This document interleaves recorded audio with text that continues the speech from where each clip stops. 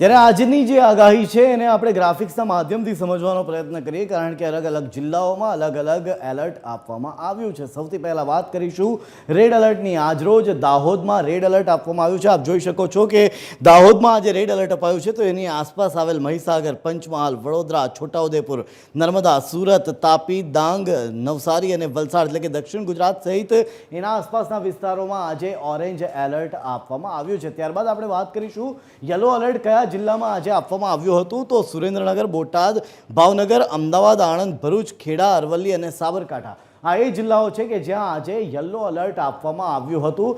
Yellow એલર્ટના આધારે જ આજે અમદાવાદમાં પણ દિવસભર ઝરમર વરસાદ ચાલુ રહ્યો હતો. આ તરફ કચ્છ, પાટણ, બનાસકાંઠા, મહેસાણા, ગાંધીનગર, મોરબી, જામનગર, દેવભૂમિ દ્વારકા, પોરબંદર, જૂનાગઢ, રાજકોટ અને અમરેલી આ એ જિલ્લાઓ છે કે જ્યાં ગ્રીન એલર્ટ આપવામાં આવ્યું છે, કે જ્યાં છૂટો છવાયો વરસાદ વરસી શકે છે.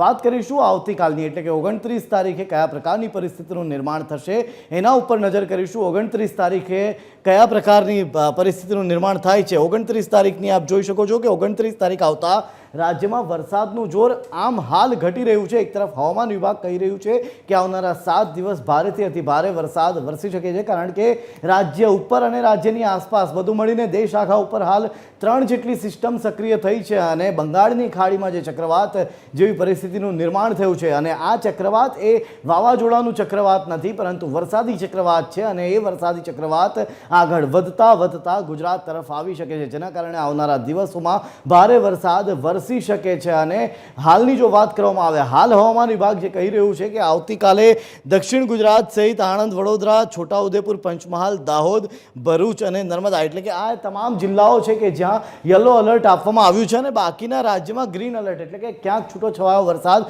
વરસી શકે છે. પરંતુ જે પ્રકારની પરિસ્થિતિનું નિર્માણ થયું છે, જે 3 સિસ્ટમ સક્રિય થઈ છે, સિસ્ટમો સક્રિય થવાના કારણે આવનારા દિવસોમાં વરસાદ વધી શકે છે, અને આ જે એલર્ટ આપવામાં આવ્યું છે એ એલર્ટમાં ક્યાંક બદલાવ પણ આવી શકે છે.